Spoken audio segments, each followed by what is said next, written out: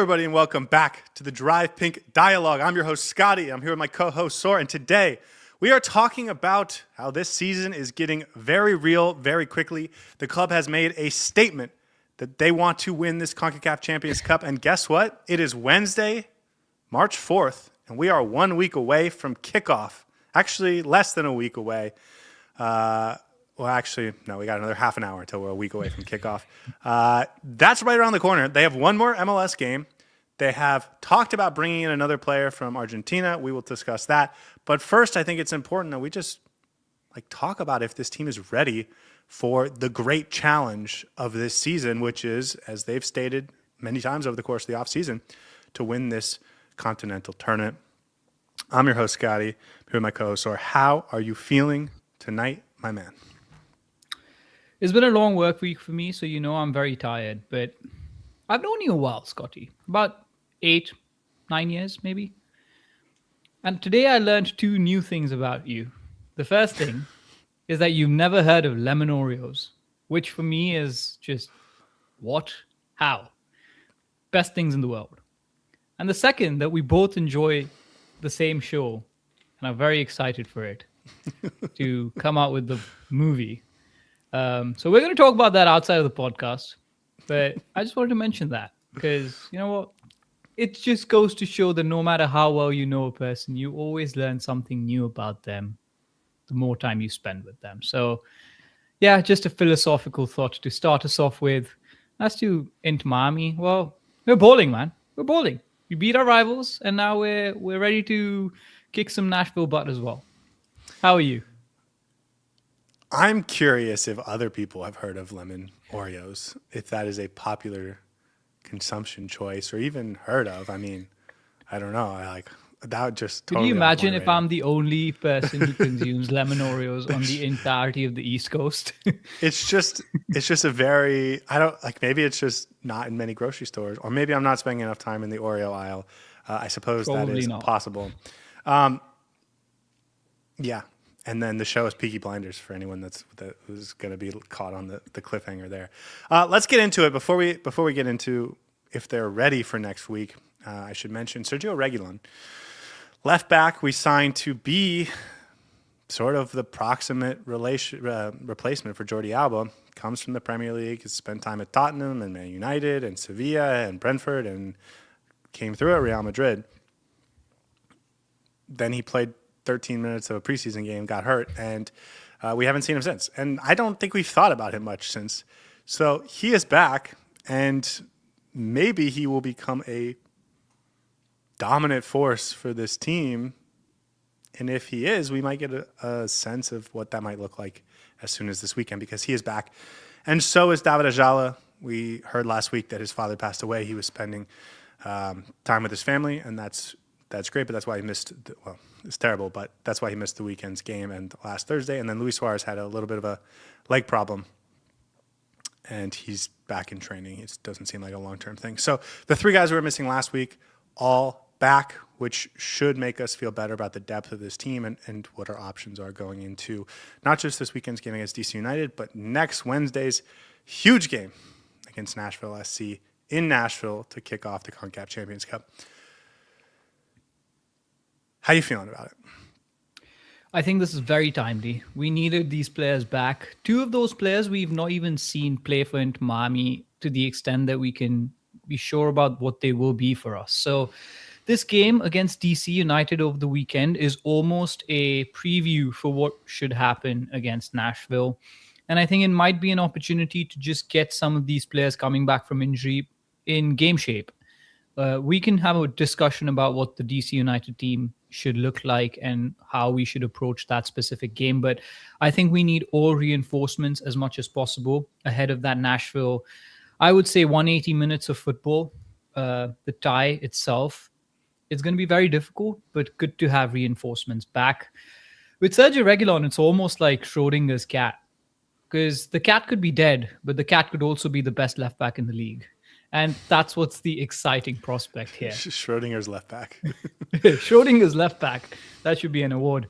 I am very excited because the unknown is almost interesting, and there's going to be a talking point if he starts on Wednesday because he could be genuinely very, very good. So a lot to come from this team still. I think we reached a certain point against Orlando where we were comfortable with how the team is playing and it looked very good, but that's not even the third gear. We're going to get better as the chemistry gets better, and then we're going to get better once we involve some of these new signings into the squad. So it's going to there's more room to be ascending upwards, and that's what's really exciting for me. So great timing for them to return. Ajala as well. I think there's so much more to come from him.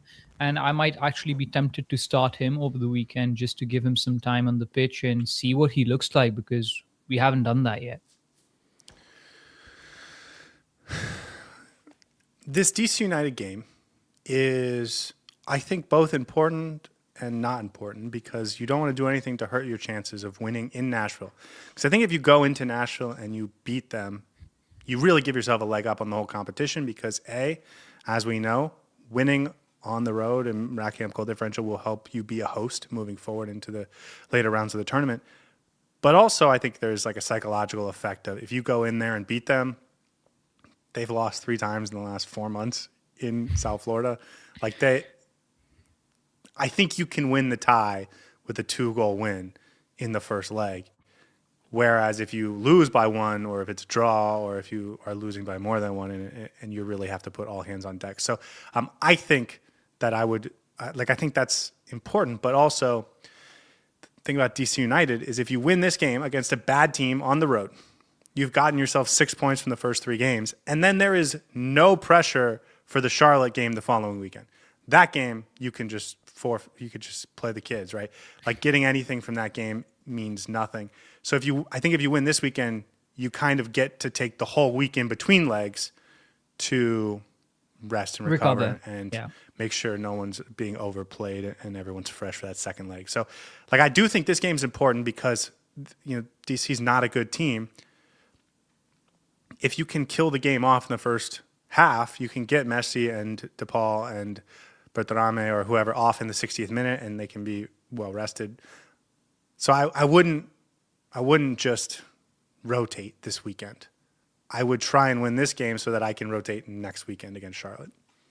But I would also say maybe a David Ajala cameo or even a start is not necessarily rotation because I would want him ready for that game against Nashville, right? So for me, those conversations need to be happening. How many minutes should David Ajala get off the bench or from the start? Same with Sergio Reguilon. Those are, I think, the 2 most important players for me. And then the rest of the squad should, more or less, in my opinion, remain the same. With Bertarame up top, Messi starting, Rodrigo de Paul in the midfield, Mikhail and Falcone in the centre-backs. So I think you make a really interesting point. I would agree with that this DC United game, you almost take it as a training game for Nashville, but not in the sense that you play the kids, but in the sense you get the team ready, build more chemistry, and just make sure everyone's looking sharp ahead of that Wednesday game. Because these players are ready to play 2 games. This is just the start of the season. They've not been overworked yet. And then as soon as you can secure those points against DC and hopefully win against Nashville, that Charlotte game looks a lot easier in the sense that you can take time off, don't need to risk certain important players. And then the importance of that Charlotte game becomes much less in terms of points and what you need out of it. I think I would start who I'm planning to start against Nashville as long as everyone's healthy. So I hear what you're saying about Ajala. If he's not going to start on Wednesday night against Nashville, I wouldn't start him against DC United. Here's the thing. David Ajala, come in. He's a good young player. We're all very excited to see him. Your primary focus is the Concacaf Champions Cup. He's going to start and play 90 minutes the following weekend against Charlotte no matter what. And he's going to get a chance the following week. And over the course of the season, he's going to play a ton of minutes and he'll have an opportunity to not just play a lot, but win a starting job. And maybe he's better than RDP and Yannick Bray combined. If you're not planning to start him against Nashville, I wouldn't play him against DC because I think this team still is in the figuring each other out phase of the early season. Steps in the right direction. I do think Rodrigo de Paul and Yannick Bray have been maybe the standout partnership so far. But, I think Mikael and Maxi Falcone is a partnership that needs a little bit more work. I think Dane St. Clair is a guy that still needs to get more comfortable, and so I wouldn't play someone new in front of them if I'm still trying to get them comfortable. So, and then of course, same thing with Messi and Bertarami and all that. Our midfield has done a good job of getting the ball to the final third and to our attacking players, and so I wouldn't want to do anything that sort of cuts into that. And it's not because Ajala is not good or ready, but the chemistry, like we're talking about chemistry among pairings all over the field. That's something that's also going to have to be worked on between Ajala and Bright or Ajala and RDP. So I wouldn't do it. But as I mentioned already, go win the game, get 2 goals in the first half, and take your guys off in the 60th minute and give Ajala a 30, 35-minute run out. That I think would be good for him. And same with, Facundo Moura or Ian Frey, whoever's not the guy that you're planning on starting the following Tuesday. The one position I do think is interesting is left back, because I think you should start who you're going to start against Nashville. Is that going to be Sergio Reguilon, who has played 13 minutes of preseason ball and played 13 minutes of preseason ball over the last 8 months with one touch over the last 8 months, right? It's not like we brought him in when he was playing every week and he only had 8 weeks off. He hasn't played in 8 months and probably longer than that. What do you think? Do you start him against Nashville? No. So here's my line of thinking. The Nashville game is going to be very intense, especially away from home. I don't know if he's physically ready for that. And you don't want to risk him getting injured against Nashville and then be out on the sidelines for the next 2-3 months. That, for me, is the worst case scenario. Well, no. The worst case scenario is that he's not physically ready and he gives up 3 goals to Christian Espinosa. Yes, that's the worst case scenario. Exactly. So I think I'm going to play it safe. Use him as a bench piece. And I'm not saying he shouldn't feature against Nashville at all, but I think to start with, just play it slightly safe. Even though he might be an upgrade to Noah Allen, or if you play Facundo Moura on that side, or even Mikael, who knows what Javi Marchano decides to do. But I think Noah Allen is going to be the obvious starter against Nashville and maybe even DC. I would still play him, at least for the first leg, and bring Sergio Reguilon off the bench, because I don't want to risk bringing him back too early into the fold. And starting from the first minute can sometimes be a little bit harsh on the body, and then playing a lot can, without actually having any previous experience of the last 8 months to push your body physically, can be detrimental. So I would bring him back in increments, give him maybe 10 minutes off the bench against DC. Then if you need to bring him on against Nashville, you can pick 20 minutes perhaps to just give him a good run out and maybe see if he can change the game there. And then maybe against Charlotte, I would consider, okay, let's see if he can start the game. But I think his health concerns are more important. And that's why I would maybe stage the way I bring him back. Does his health... I want to say this in a sensitive way. Does his health matter? If he's going to be injured all season, is he talented enough that it's worth really managing it so that he's available for certain games? No, I think that's the wrong question, because I think there's a responsibility that the team has to the player as well. Just because you're bringing him back to do well in one game doesn't, and I know that's not what you mean by it. I understand your point as well, but I think you have to think long term with it. If injury is going to be a concern for him, it may not be a concern for the rest of the season. But if you bring him back too early, it may become a concern. So you have to think of it in that way. There may be a chance that you bring him back slow, steady, give him certain minutes in the next 2-3 games, and then he looks good, fresh, ready to go for the remainder of the season. But the risk here is that you bring him back too early, push him a little bit too hard against Nashville, and then that makes it a detriment for the entirety of the season. He just goes on an injury spiral. So I do think you need to manage him carefully. And if you do it in the right way, I think he should be okay. And that's why I think managing the minutes for him at the start is going to be prudent. It's so interesting because we don't know anything about him. Nothing. Is he prone to be an injury spiral? Period. Like, is that it? It doesn't. Maybe it doesn't matter how slowly you bring him back. And I'm not suggesting that is.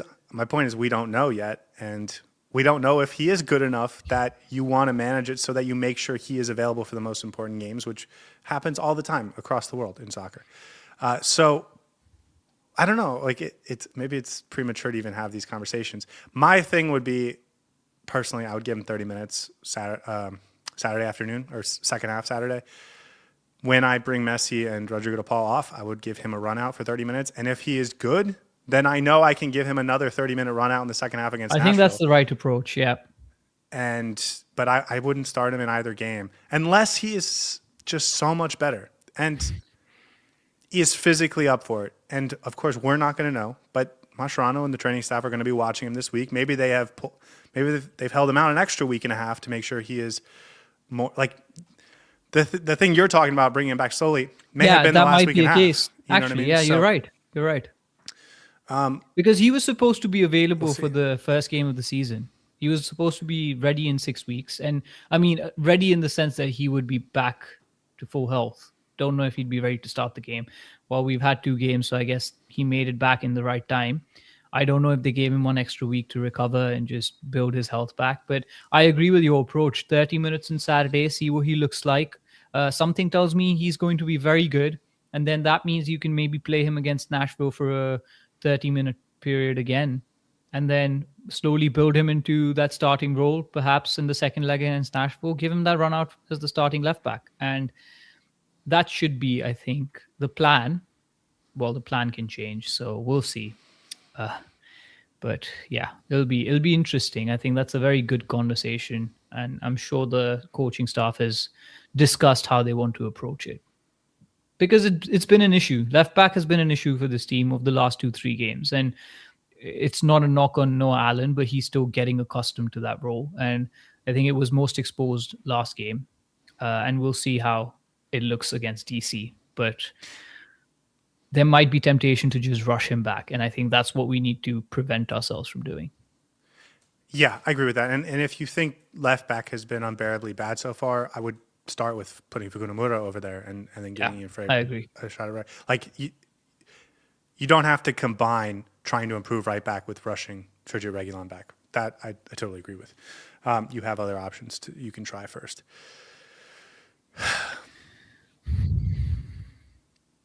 So that means everything else is the same. Dane St. Clair starting every game.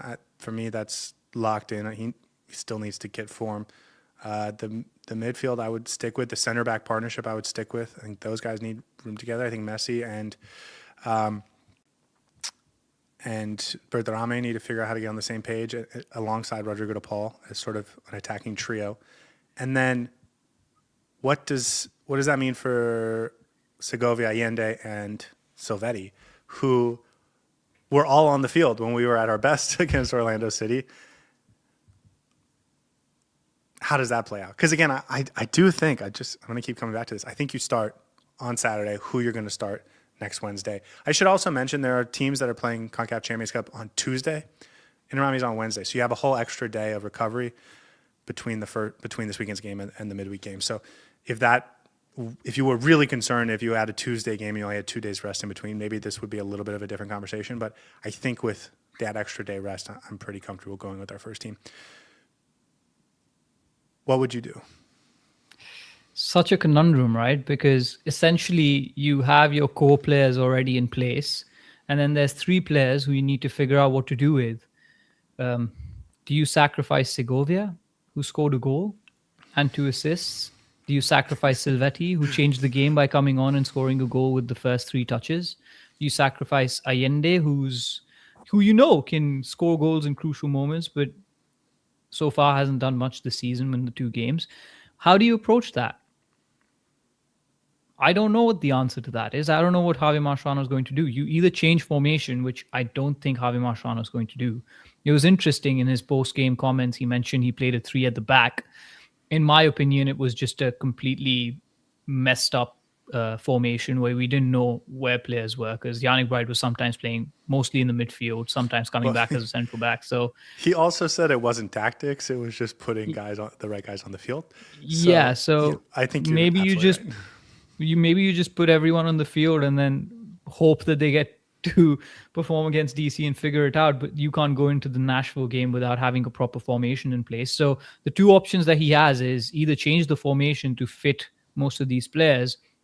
Even then, you'll probably have to sacrifice one player, and then the other option is just going to be play the 4-4-2, and even then you're going to have to sacrifice a player. So I think Silvetti is probably going to start from the bench, and he's going to play with Segovia and Allende as his two wide midfielders.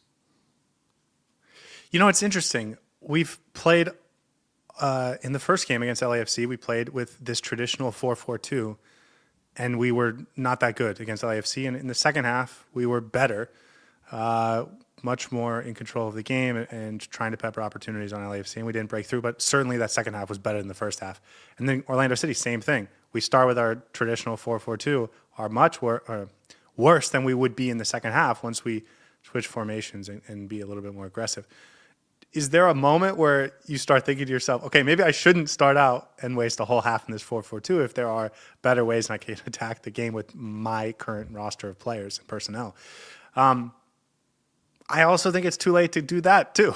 Like I think you haven't kind of seen that, stuck right? in this. Yeah. Well, I will say maybe it's not too late, because he did turn to a back three kind of in the last game, and we've not seen that before from Javier Mascherano in the traditional sense of starting with a back three. That's why I'm hesitant to say that in the game against DC he's going to start with a back three. He's never started a game with a back three. It's always been a 4-4-2. He might have reverted to it by putting Sergio Busquets back there.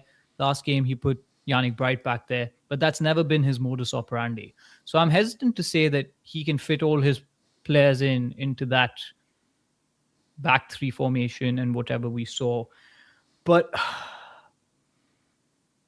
I don't know, man. I think we've got one extra player who's too good to be in this team as a starting 11. So maybe you just sacrifice a defender and play an attacker instead. It's almost like a cricket team. Oh, you wouldn't recognize this reference, but it's weird. I don't know how you fit all your best players in the pitch at the same time, unless you sacrifice a defensive piece for. Do you sacrifice Yannick Bright maybe? Have Segovia and Rodrigo de Paul as your midfield, and that way you get Silvetti and Allende up top.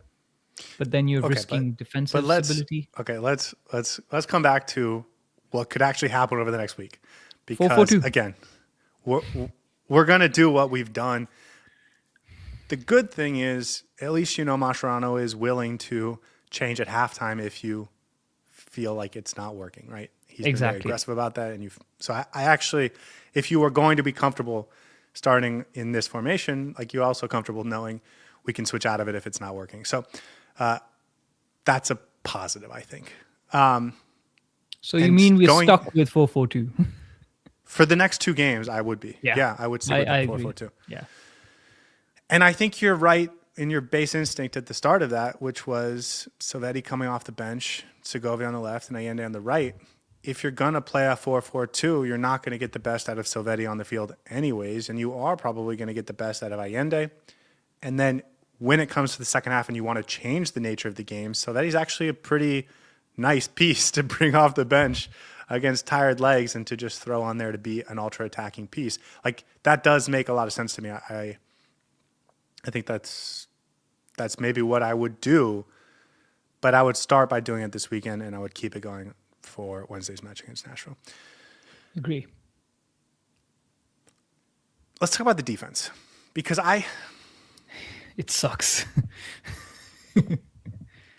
They've given up 5 goals, and I said they were going to give up 41 all season, and they are. You're screwed, mate. They are one more 3-goal game away from me having to back off that. Like, I think they've used up their ballots of available extra bad games. I think the midfield's been pretty solid. Like, I think it's been. I agree. Pretty good. I think it's been the best part of our game so far. Consistently over 4 halves, I think so. Yeah. Berterame and Messi is just going to be time, and I don't think there's anything we can do to speed it up. The problem is, Falcone is better than what he's been in these first two games, and especially better than what he was last week, this past weekend against Orlando City. Dane St. Clair is better than what we've seen over the first two games of this season. Mikael, I think, has been actually pretty solid, especially like the trajectory from him over the course of the last two games, I think, has been pretty nice. He Facundo should be the Moura, one who's forgiven for being slightly off the pace because he's the new I agree. player. But I think he's played like the more mature veteran player in this team. And I think he's been the best defender. Sorry, go on. No, I think he's been the best defender on our back five. So Yeah. even though I'm not sure I would say he's been perfect, like I'm not going to criticize the best defender so far, or talk about him improving. So how do we get this team to be better? Because again, 41 goals, third best defense in the MLS. Like I think this is personnel wise very strong back line and goalkeeper combo. And we go into a tournament, and you like to always remind us, it's about playing sound defense. And if Inter Miami goes into Nashville and pulls a clean sheet, I think we feel great about the result no matter Much what better. happens.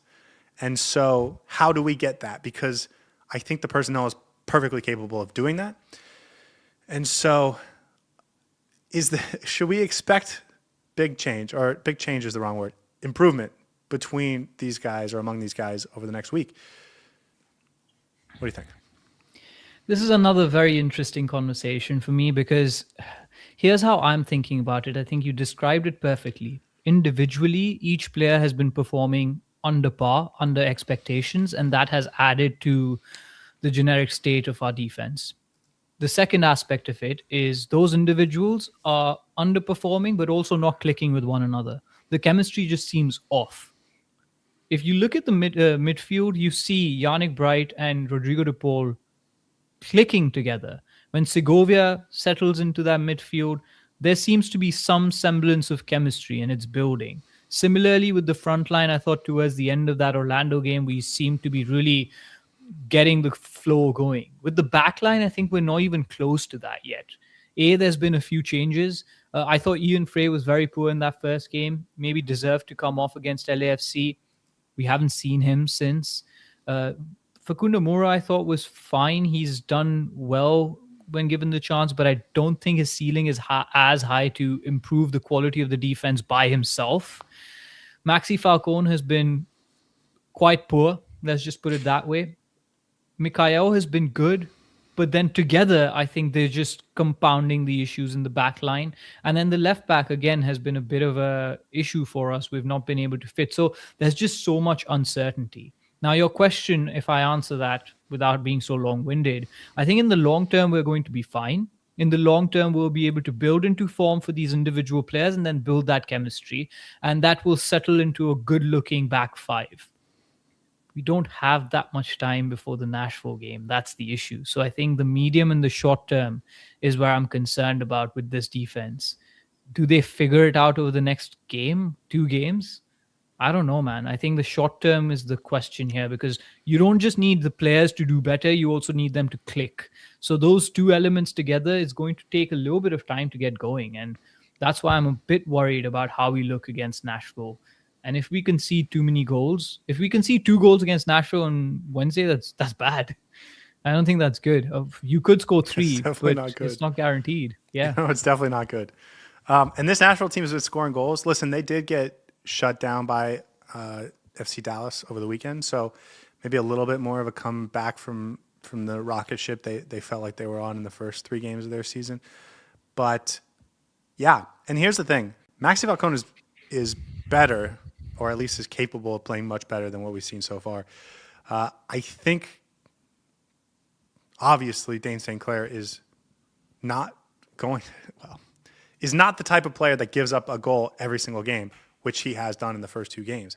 So if you cut the mistakes out from those 2 players, which they're perfectly capable of, Inter Miami might be looking at like 2 goals given up this season. And yet, if that happens against Nashville, it could cost us the tie. It could cost us home field advantage later in the tournament. Like, it could be a real disaster. So I don't know. Are we comfortable with these guys? Because I think they are our best. They give us the best chance. But we haven't seen it so far. And again, I think I'll reiterate the point that I made. With the front line and the midfield, it's a matter of chemistry. With the back line, it's a matter of chemistry and poor form. And those two in combination together is not helping our case to contain those goals and keep a clean sheet. I like a point in the chat that Lee makes. Maybe you start Allen at centre back, and I don't know if you move Mikhail to left back, but would you think about moving Allen to centre back ahead of Falcone? Have Facundo Mora in your left back and then Ian Frey as your right back to switch things up? Because I think Falcone has been quite poor in the centre back role. I wouldn't this week. I would. Here's what I'll say. I'm gonna start Falcone and Mikhail this weekend, and I would start them next Tuesday against Nashville. And if it's still bad at that point, then maybe I would consider going to Noah Allen and Mikhail for the following game against Charlotte to see how it looks. But right now, I wouldn't. We're talking about Noah Allen trying to adjust to left back. Well, now he hasn't played center back, and he hasn't started a game at center back in 4 months. So. I hear what you're saying. I will say, I do wonder if Noah Allen and Mikhail make a better combination. They are both left-footed, but Noah Allen is much more of the speedier sort of recovery center back compared to a Falcone, who maybe you would want that complement to Mikhail. I don't know. It's just speculating. I wouldn't do it this week, though. Another question just for the back line. Mikhail is left back. I enjoyed it, but only if Silvetti's playing up front. Would you experiment with that again? Maybe not against Nashville, maybe not against DC, but in the long term, because there's a trend in broader football across the board to play almost 4 centre backs across your back line, with even your right back and your left back being strong, physical centre back sort of ilk players. So maybe that's something that Javi Marchand was considering. Again, just a food for thought, but I think it's going to be the same. Falcone and Mikhail with maybe Ian Frey or Facundo Mora, and then Noah Allen as left back. Yeah, there are some people, including I think Cynical in the chat, wants to see Yannick Bright at center back. I want players to play their best position where they're really good. Unless it absolutely can't fit, that's what I want. And so Yannick Bright's best position is in the midfield, clearly. Mikhail's best position is going to be at center back, clearly. I agree. And speaking long term, I think we should be under the assumption that Sergio Reguilon is going to play a lot of minutes this year until proven otherwise. So, no, I wouldn't really consider Mikhail as a left back unless you are talking about the type of situation where you want to take a center back off, and he is playing center back / left back, like we saw. Even then, weekend. if you hear Javi Marchand's comments, it felt like they were playing a back three, even though at no point did it look like it was a back three. Mikhail was generally playing a left back role, but in Javi Marchand's mind, it was supposed to be a back three. So, oh well. A back three with 2 fullbacks and one center back, right? Yeah. A back three with 2 fullbacks and Yannick Bright. That's what it was. I guess that's the big concern. I think with Messi and Rodrigo de Paul, we will get enough offense. That and Segovia and Silvetti, we will get enough offense to get through this Nashville series, even if it's not clicking 100% like I think it will in 2 months. But defensively, I think that's where we could be in trouble. And so, I just need Maxi Falcone and Dane St. Clair to play better. And if Noah Allen's starting at left back, same thing. And if it's Facundo Mora at left back and Ian Frey, they just need to play better. And they are perfectly capable of it. So, I don't know if that's a lack of preseason and they're still building into it, which does bring me to my sort of last point I want to bring up on this. Inter Miami has played 2 very intense games to start this season. The LAFC game was very intense. The Orlando City game was very intense for different reasons, but I think of sort of similar intensity. I do wonder if that is preparing them for a mental grind that maybe Nashville hasn't had to deal with, or certainly DC United wouldn't have had to deal with so far this season. And that can carry them through to a big game like Nashville. I think Nashville will probably show up for it because they're at home and they're with the home crowd, but I think Inter Miami will also be ready to show up for it for that very reason. And maybe it will have helped all these players that they've had a few minutes in that environment to get prepared for this big tournament. And then maybe it'll be even better to have a lower intensity game right before that to build their confidence against DC. Absolutely. I think being in that environment, being 2-0 down, and then having to come back, scoring 4 goals unanswered by Orlando, and getting the victory away from home against a rival, the mentality shift was needed. I think that was the kind of shock to the system that Inter Miami needed to just get their season going. And I think it puts you in a frame of mind that maybe Inter Miami players were not there yet. Against LAFC, it felt a bit pedestrian. We were doing well holding the ball, but we weren't doing much with it. Against Orlando at the start, it was quite similar. We got hurt very quickly. They had 2 opportunities, they scored. And it almost felt like Inter Miami was forced to give themselves a shock to just wake up. And I think that's going to carry them into this tournament now, because when you have to wake up, I think your eyes are ready to see whatever you need to see. If it's an intense game against Nashville, they've already seen that against Orlando and LAFC. They know what to expect, and they'll be ready to go to this week. Well, next week, this time. And that for me is huge. The mentality shift is exactly what you need, especially for the new players coming in as well. Messi's done this plenty of times. Allende was experiencing this, Segovia, Silvetti as well. But Berterame wasn't part of this team. Similarly, Mikhail, Dane St. Clair, no. It's going to be a huge boost to Dane St. Clair knowing that his team can score 4 goals even though he conceded 2, and we can still win the game. He would want to take responsibility to ensure that he stops those extra goals from going in. Similarly, with Mikhail, he'd want to have the defensive responsibility to keep a clean sheet, and Berterame wants to get involved in getting that comeback win. So I think it was a galvanizing victory for us in Orlando, and that's going to carry us into the Concacaf Champions Cup. I think the team's just woken up, and that's a good place to be right before the Concacaf Champions Cup. I wouldn't want it to happen during the Concacaf Champions Cup. Yeah. This is a great point, because you can see how a mistake that costs your team a game, like we saw from St. Clair, could really affect your confidence, and then it becomes like a recurring problem. But the fact that your team can recover from it, I think maybe makes the lingering fear of it happening again disappear. And you start really to trust nice. each other a lot more as a team. Yeah, I think so too.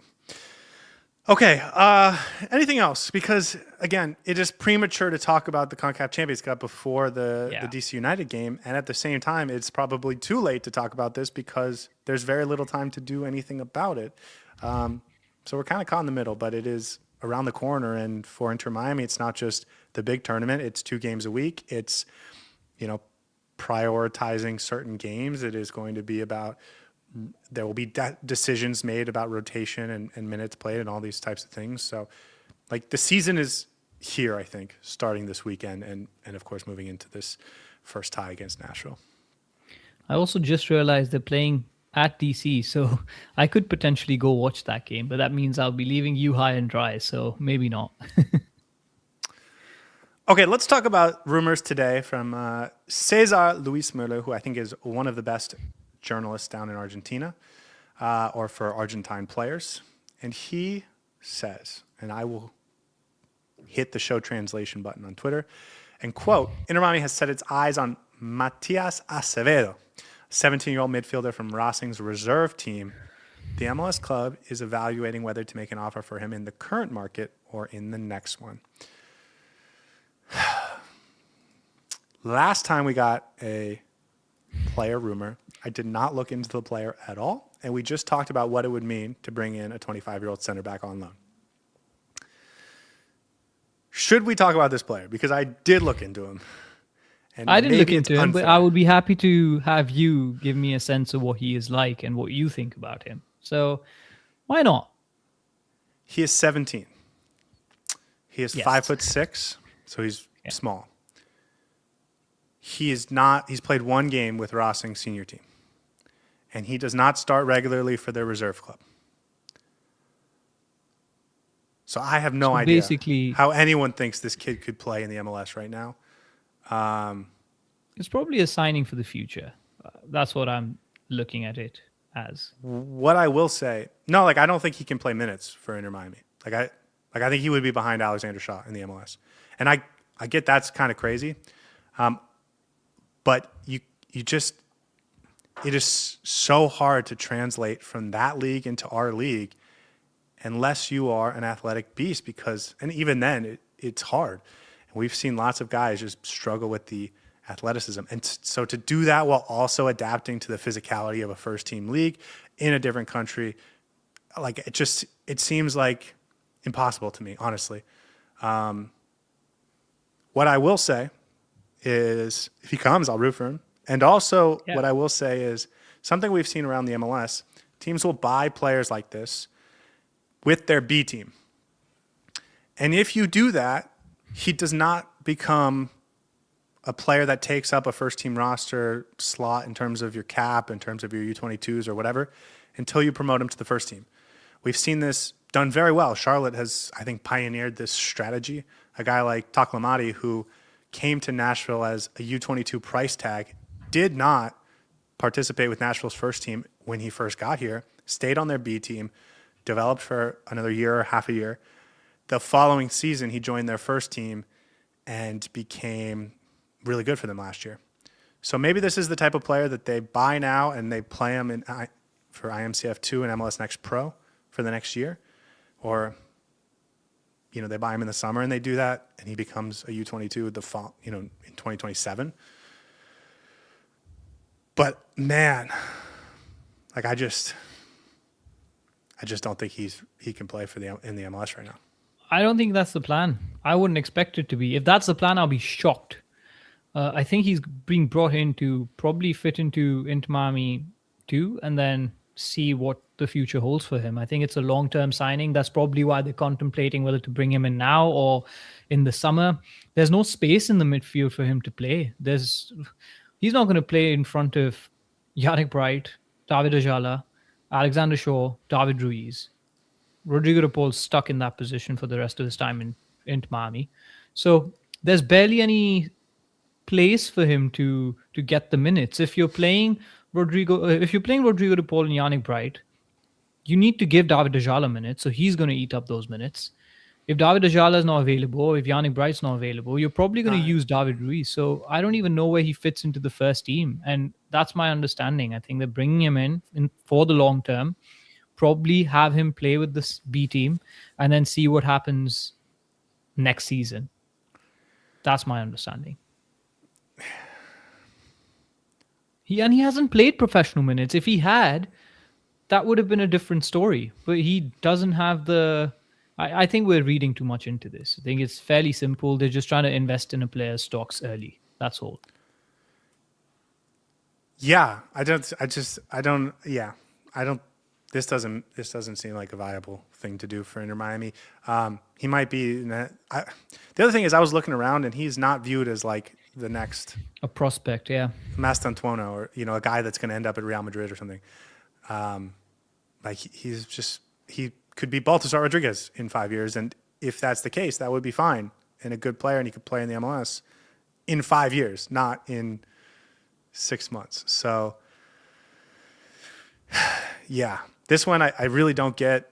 And again, we've seen, guys like Benjamin Kermaski, or I think we will see eventually from Alexander Shaw. They're like physically developed enough to play in the MLS, even though they're young, they're teenagers. Young, yeah.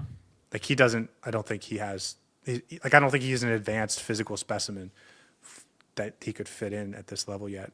And again, the game in the MLS is so much faster. It's so much rangier. It's so much more athletic than the Argentine game at this point.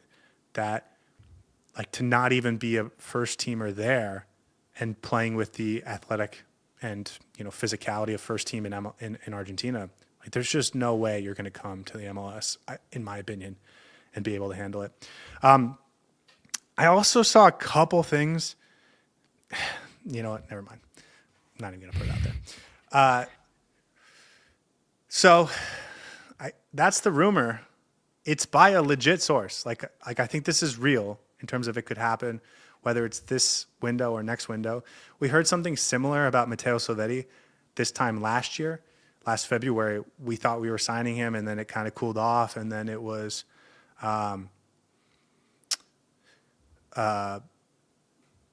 like we didn't hear anything about it, and then all of a sudden in the summer we just signed him. So maybe it's something like that again. But Yeah. again, Savetti was way farther advanced than this kid is or was at that point, and more highly thought of. And that's the other thing. Again, I was reading about like the big prospects coming out of Argentina, and this kid is not like one of the prime super high level prospects that you have to go get before he becomes something bigger.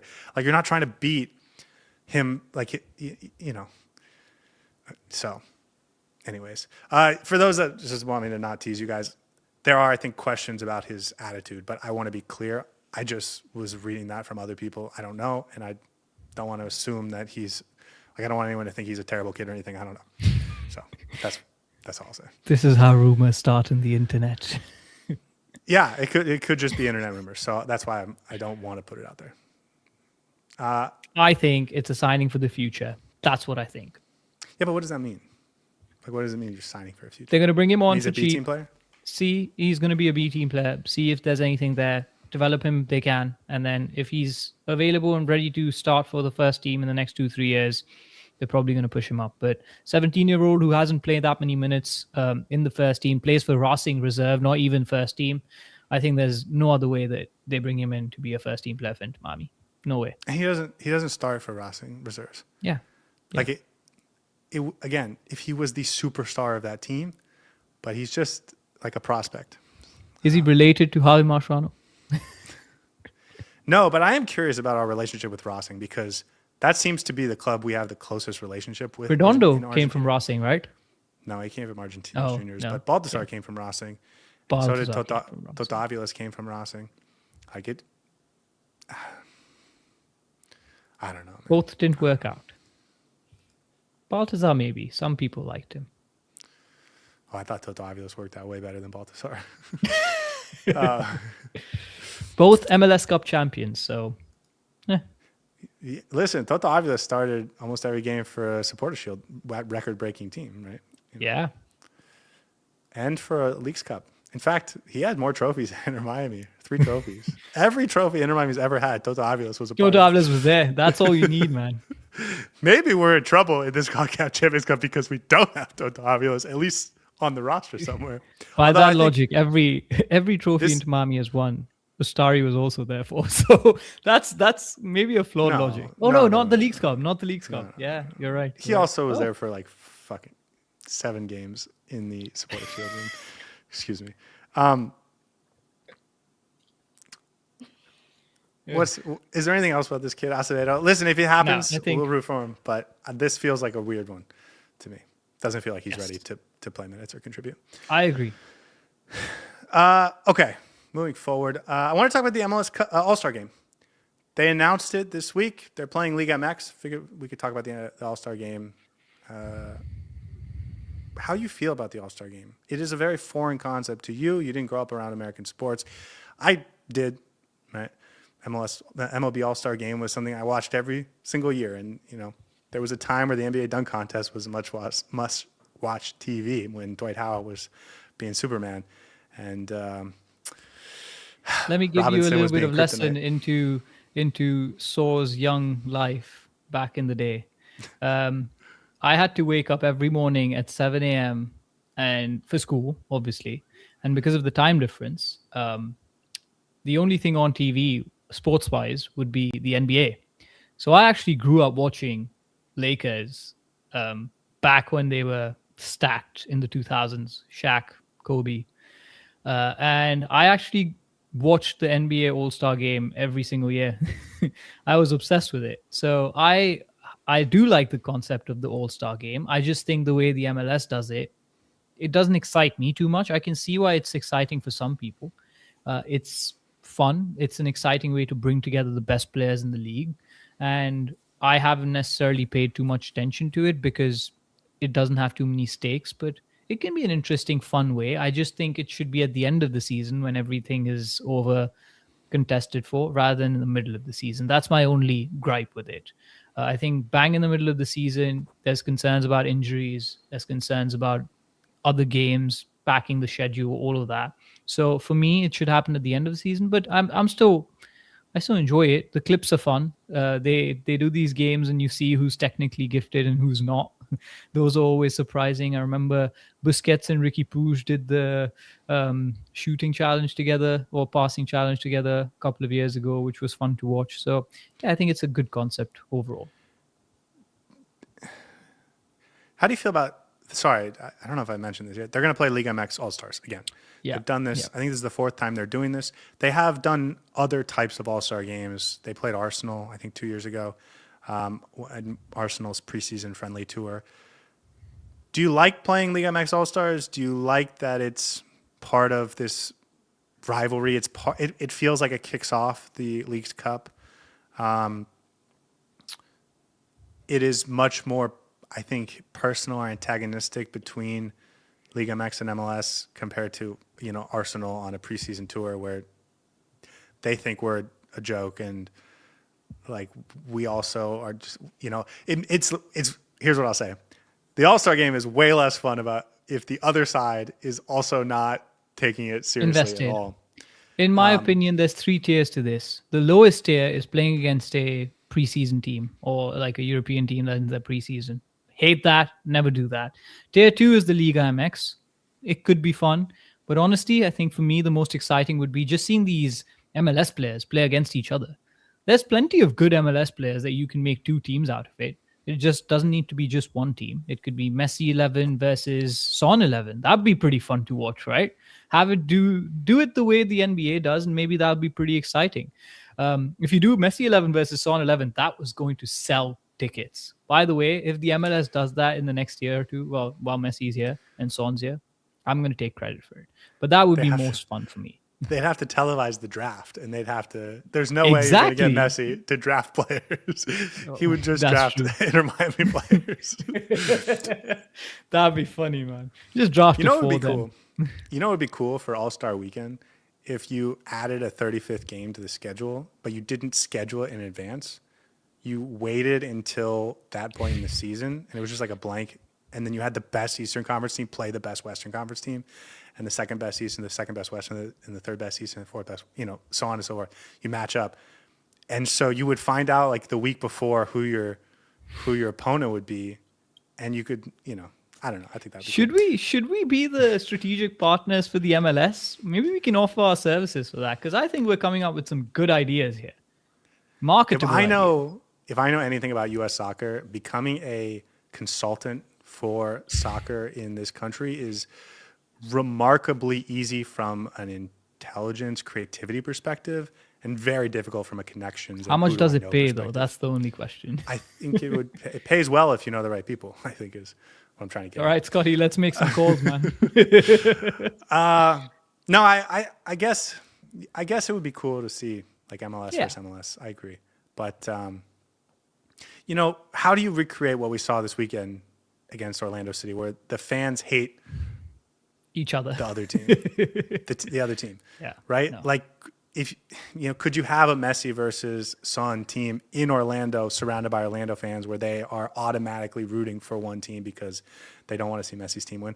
Like, I don't know if there's a way to make because there's no jeopardy involved. There's no competitive edge to it. There's nothing that the teams get out of playing the All-Star game, so nobody's going to care. If you give some incentives, maybe, but again, that's the whole flawed concept of it, right?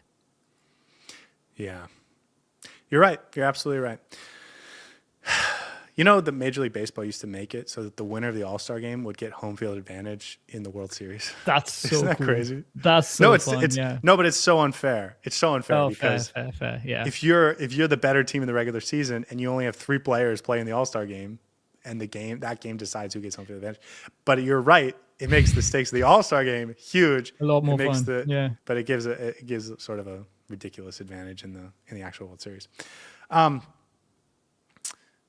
Last thing that I sort of wrote down: officially no third kit for Inter Miami this year. Adidas is going back to the archive theme, and they're picking 5 or 6 teams, and they're doing throwback jerseys with those 5 or 6 teams. My bingo is ruined. Your bingo is ruined. So is mine too. I said they would get 2, and they only get 1. Only one. That's bad. Yeah. The name for the one is very good though. Mm-hmm. forgot what it was. I forgot what it was as well. Something to do with legacy, right? It's Omen. It's Omen in English. Oh yeah, Omen. Yes. Somebody who speaks Spanish in the chat, please let us know. Well, you speak Spanish. You should know this. I have the name of it. I've completely forgotten. It's okay. Well, I'm just sad that I don't win bingo. Yeah, well, that's already been decided. Saur, anything else on your mind today? I mean, The Presagio jersey. That's what it is. Inter Miami plays DC United. I've already told you I would go with the same team for Saturday and Tuesday. Give me your starting lineup for DC United this weekend. Dane St. Clair in goal. Ian Frey, right back. Mikael Falcone, centre backs. I'll go with Noah Allen as left back, but maybe not for the Nashville game. I'll see how his performance is in this game and then determine what that backline should look like. Midfield of Rodrigo de Paul, Yannick Bright, Telasco Segovia, and Allende on the wide midfielder role. Messi and Berterame up top. That's what my starting 11 would be.